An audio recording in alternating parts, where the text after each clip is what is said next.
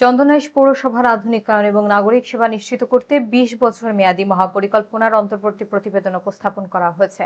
স্থানীয় সরকার প্রকৌশল অধিদপ্তরের অধীনে আয়োজিত এই কর্মশালায় পৌরসভার ৯টি ওয়ার্ডের বিদ্যমান সমস্যা এবং ভবিষ্যৎ সম্ভাবনার চিত্র তুলে ধরেন সংশ্লিষ্টরা।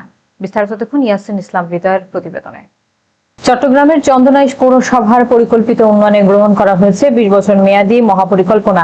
স্থানীয় সরকার প্রকৌশল অধিদপ্তরের নগর পরিচালন এবং অবকাঠামো উন্নয়ন প্রকল্প বা IUGIP এর অধীনে এই মহাপরিকল্পনা প্রণয়ন করা হচ্ছে।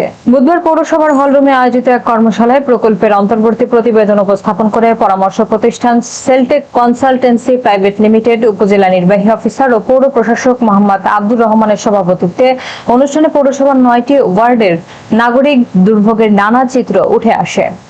প্রতিবেদনে বিশেষ করে জলাবদ্ধতা, ড্রেনেজ ব্যবস্থার সংকট, সুপেয় পানির অভাব এবং সড়কের বেহাল দশাকে প্রধান সমস্যা হিসেবে চিহ্নিত করা হয়। এছাড়া লোডশেডিং, মাদক ও ইফতিজিং প্রতিরোধ সহ সামাজিক সমস্যার সমাধানেও গুরুত্ব দেওয়া হয় প্রতিবেদনে।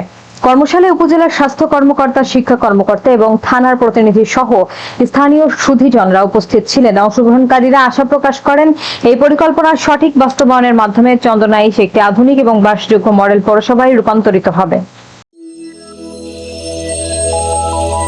নিউজ প্রতিদিন, সব সময়, সবখানে।